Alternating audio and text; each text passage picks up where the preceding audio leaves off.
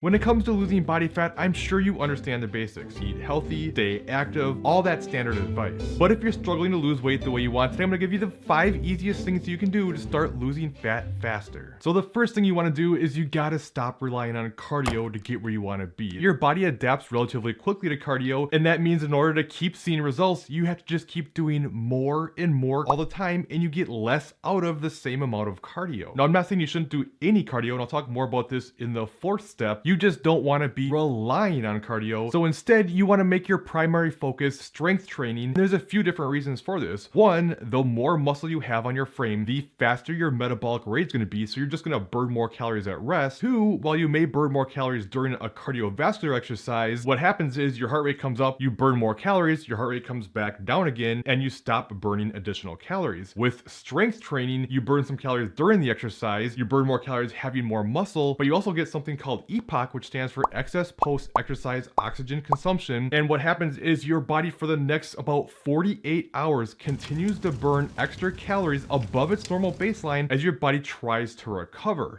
Okay, I want to take a moment to really help this sink in though, because while training is important, the way you're training is probably not good enough to get good results with fat loss. And the thing is, you have to be training close to failure, and most people screw this up. You can't just show up to the gym, just kind of go through the motions and expect your body to change.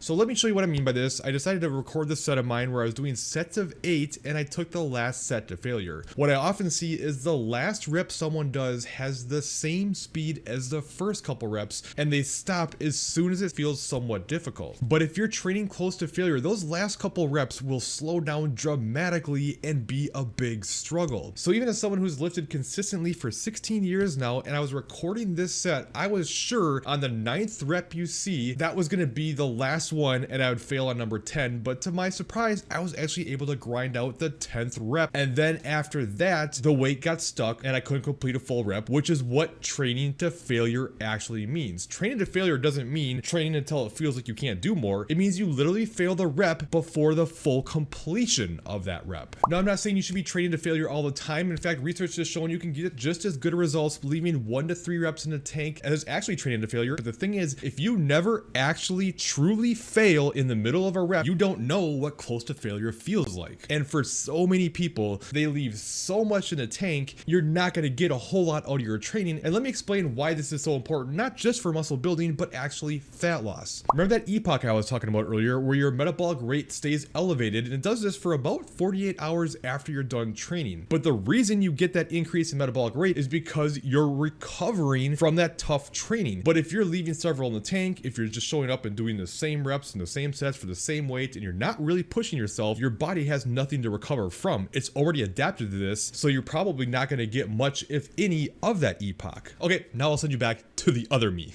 So if you really want to lose fat faster, make sure you're training hard 3 to 5 days per week, but also understand fat loss and weight loss are not the same thing. So if you build muscle, muscle has weight, so you might not see as much actual weight loss, but the difference in your body composition will be dramatic, so don't get caught up in that scale number. The second thing you can do is eat more protein. I'm telling you, it's like pulling teeth to get people to eat more protein. Not only does protein have a high thermic effect of food, so your body just burns a lot of calories literally just processing the food you eat, it's what's going to fuel the muscle building that helps increase your metabolic rate. It's going to help you feel more full, so you're less likely to overeat your calories. But I've just seen time and time again, even on the same amount of calories, when someone gets their protein up, they start seeing better results. This has been shown in research. In fact, there's even research that showed people who ate more calories and more protein lost more body fat than people who ate less calories and less protein. So I personally recommend at least 1 gram per pound of whatever your goal weight might be, but you can definitely do more if it's only gonna help, so get that protein up. The third thing you can do, and this might seem a little backwards because the topic of this video is to lose fat faster, but I'm telling you, you wanna make sure you're frequently taking what's called a diet break, where you take a week or 2 and eat around maintenance. And the reason this helps you lose fat faster is because you have to think big picture here. As you eat less calories and you lose more weight, your metabolic rate is gonna slow down. This is called adaptive thermogenesis, and basically your body's just guarding against starvation. This is why you hit plateaus, so you have to keep making adjustments to eat less less and less over time. By taking these diet breaks, you keep your body from adapting as quick. So let's say, for instance, you have 50 pounds to lose. You might think it's fast to lose 20 pounds in a month, but by doing this, you're gonna set up all kinds of red flags in the body. Now you're stuck and there's just nowhere to go. But if you lose, say, 5 to 8 pounds per month, but you can keep losing weight by taking these breaks and not going too fast, now you can lose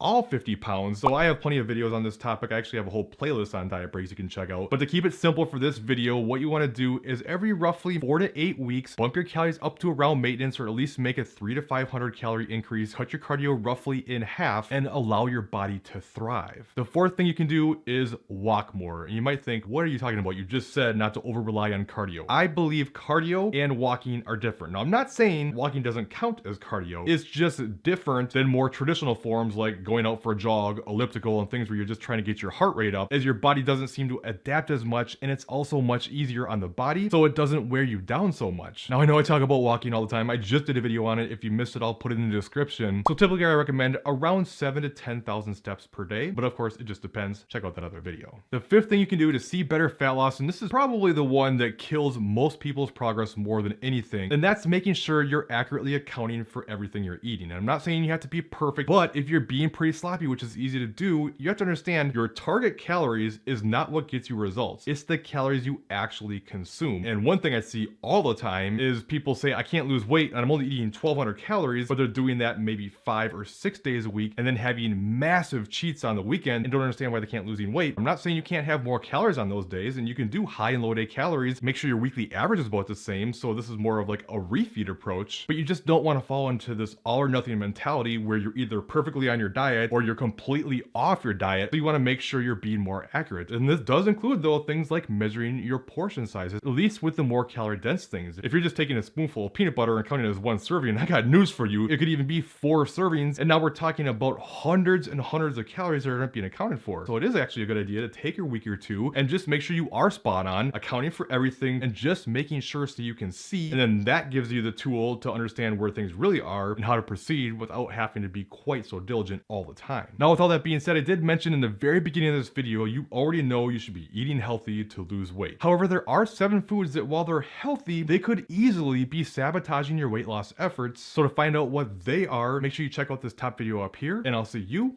over in that other video.